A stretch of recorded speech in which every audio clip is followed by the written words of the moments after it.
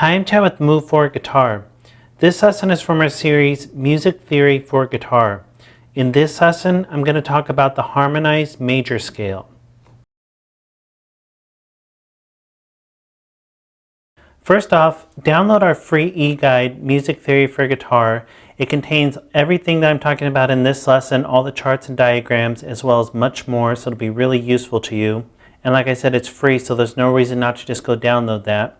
But I am working on it right now as I'm filming this lesson, so it may not be available as you're watching this lesson. And if it's not available yet, it'll say coming soon. And if you'd like to get notified when it is available, you can sign up for our mailing list and we'll send you a notification for when it is available and let you download it. And also, if you're signed up for our mailing list, you'll receive all updated versions as well. But don't worry, you don't need the e-guide to follow along with this lesson because all the charts and diagrams will be on the screen. And also, we add at least one new lesson every day, so be sure to subscribe. This is part 2.11 from our series Music Theory for Guitar. If you'd like to go back and start at the beginning, you can click the link on the screen. So in the previous lesson, we talked about diatonic triads from the major scale. In this lesson, we're going to dive deeper into that subject, as well as talk about harmonizing the major scale. First, I just want to go over this chart because we're going to use it a lot in this lesson, so I need to explain it to you. And what we have is every major scale in all the keys. So we have starting going this way with A, the A major scale, which would be A, B, C sharp, D, E, F sharp, G sharp, and then back at A, which is an octave higher. And that goes through all the keys. So you have B flat, B, C, and so on. And I have the most common keys written out. And if you look up here, this is the whole step, half step, whole step, whole step, whole step, half step. Just representing that's the distance between all these notes, which is how you build a major scale. And then one thing you haven't seen yet in these lessons are these Roman numerals, and those just represent each note of the major scale. So 1 for the first note, 2 for the second, and so on, all the way to 7, because the major scale has 7 notes, and then we're just back at 1 again when we're an octave higher. So that's how this diagram is laid out. I just need to point it out to begin with because, like I said, we're going to use it a lot as we go through this lesson. So in the previous lesson, I showed you how to build triads out of the major scale, and we were just looking at intervals. So I said to start on the first note of the major scale, which was the root, build your triad from there, you would get a major triad. Then I told you to start on the second note, but then make that second note your new root and adjust all the intervals to match up. So the interval names changed when you did that, and you were able to figure out whether a triad that you were building was major, minor, or diminished by doing that. And if you need a refresher, go back and watch that lesson. This lesson, instead of just looking at intervals, we're going to be looking at actual note names. And we're going to start with the C major scale. We're going to do this all with the C major scale, just because the C major scale doesn't have any sharps or flats, and it's a little easier to think about it that way. But what we're going to go through works for every single key. So here's a C major scale just written out, and you can see the Roman numerals above. Now we're going to build triads starting on every note of the major scale, and in this case we're in C, so we're going to build a triad based on every note of the C major scale, just like we did in the previous lesson, but this time we're actually looking at note names. And what we're going to do is build the triads, and then I'm going to show you how to figure out if it's major, minor, or diminished. If you watched the last lesson, you might have that memorized, or you can go back and watch it and you'll see which is which. But I want to show you how you would actually do it just by looking at note names. And this is really important for understanding music and being able to figure this out in a practical sense. So first, we're just going to build a triad starting on the first note of the C major scale. And you know, to build the triads, you just stack thirds, which if you're in the major scale, you're just skipping a note each time. So that would give us C, E, and G. So we have a triad that is C, E, G. So the way we figure out if that's a major triad or a minor triad or a diminished triad is to go back to our diagram. We are looking at the C major scale because the note we started on was C. And with the first note of a major scale, it's really easy because you know that a major scale is built root, major second, major third, perfect fourth, perfect fifth, and then it keeps going. But all you need to worry about is the 1, the 3, and the 5. So you know, since a major scale is 1, 2, 3, 4, 5, or root, major second, major third, perfect fourth, perfect fifth, you know that starting on the first note and getting C, E, G, you would have a root, a major third, and a perfect fifth. And from the other lessons you should know that's a major triad. So anytime you build a triad starting on the first note of a major scale, you get a major chord. And that's represented right here. And this line we're going to fill out as we go. I should have mentioned that earlier. That was left blank for a reason. We're going to fill that out as we go. So anytime you build a triad or a chord built on the first note of the scale, by stacking thirds, you're going to end up with a major triad. So that works for every single key. If you started in A, building a chord off the first note by stacking thirds, you would get an A major triad or an A major chord. Now we're going to go to the second note of the scale because we're just going through each note of the scale. We're going to build a triad from D this time because that's the second note. And to do that, we're just skipping in thirds, stacking in thirds, and that gives us D, F, A.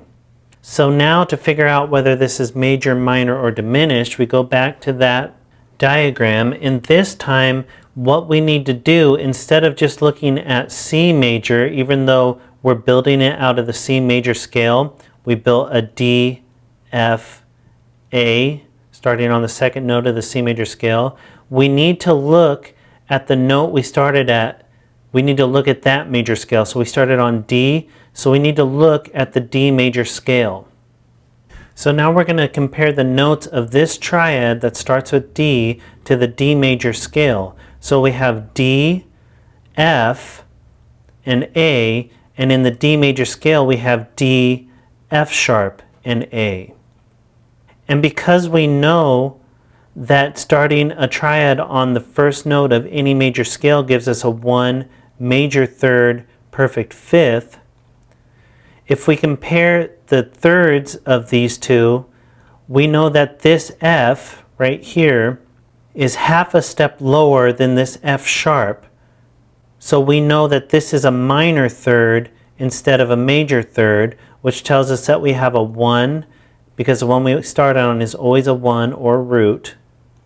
So we have a root, minor third, and this is still a perfect fifth. So that tells us building a chord on the second note of a major scale gives us a minor triad or a minor chord.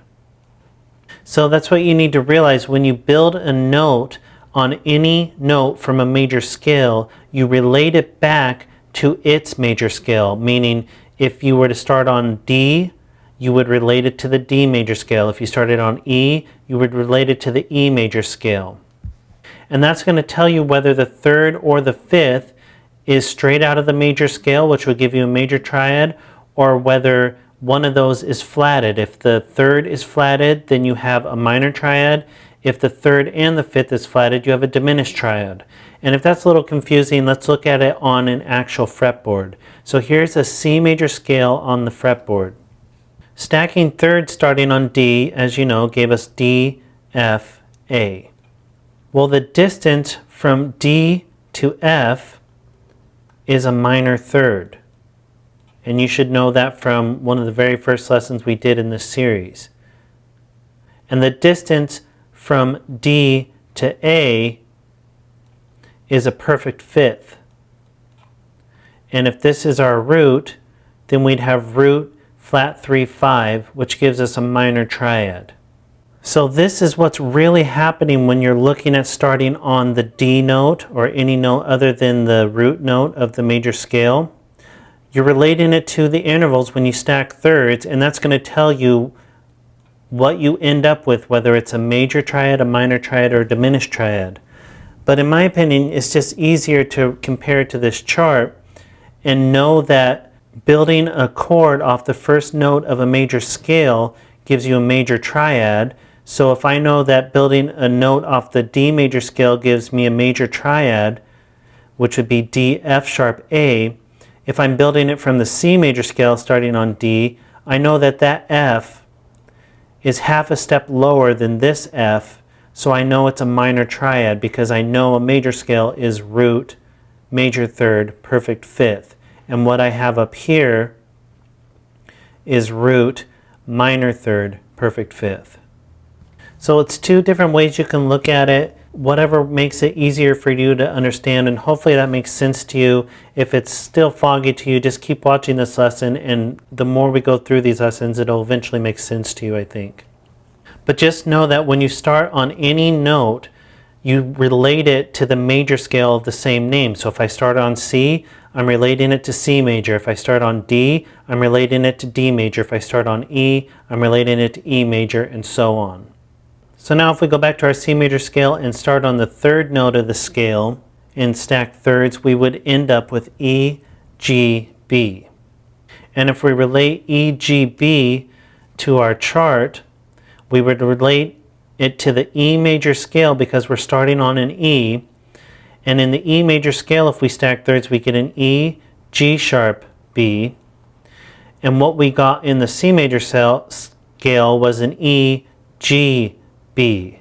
So again, we know that this third is half a step lower than what's in the E major scale. So this gives us a minor triad again because we have a 1, flat 3, 5 instead of what we have in the regular major scale of 1, 3, 5 or root, major third, perfect fifth.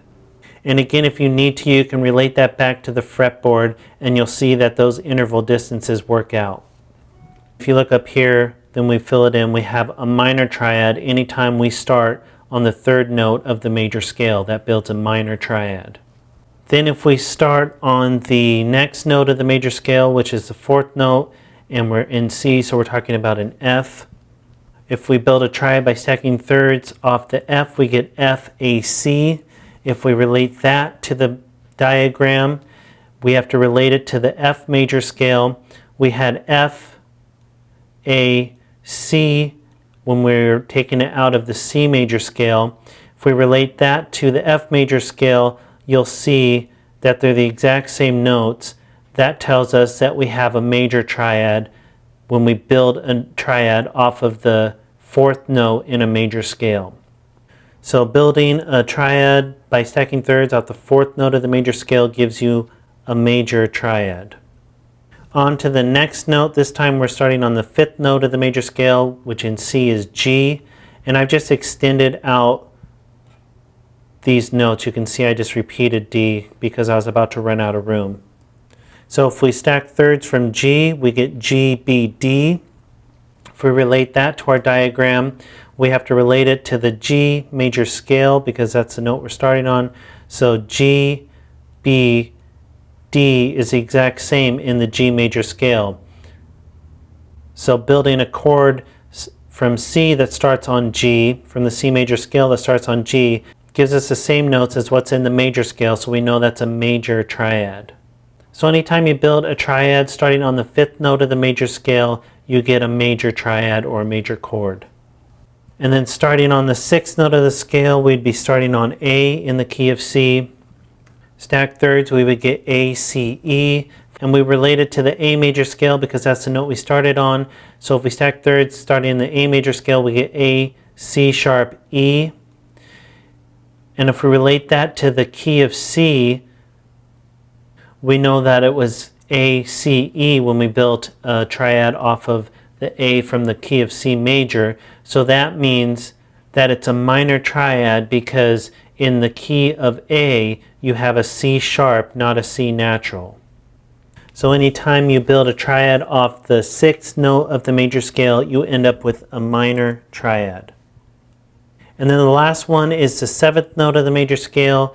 This time we're starting on B because we're in the key of C. So if we stack thirds, we get B, D, F. Now we relate that to our diagram. We have to relate it to the B major scale because that's the note we started on. In the key of B, you have B, D sharp, F sharp, and we had B, D, F in the key of C.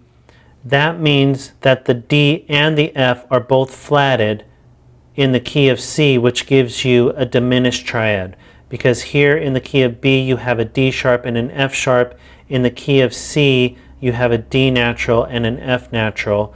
and we were looking at starting on B, which gave us B, D, F. That was our root, flat 3, flat 5, when you compare it to the B major scale, because D is supposed to be sharped and F is supposed to be sharped if it's coming out of the B major scale.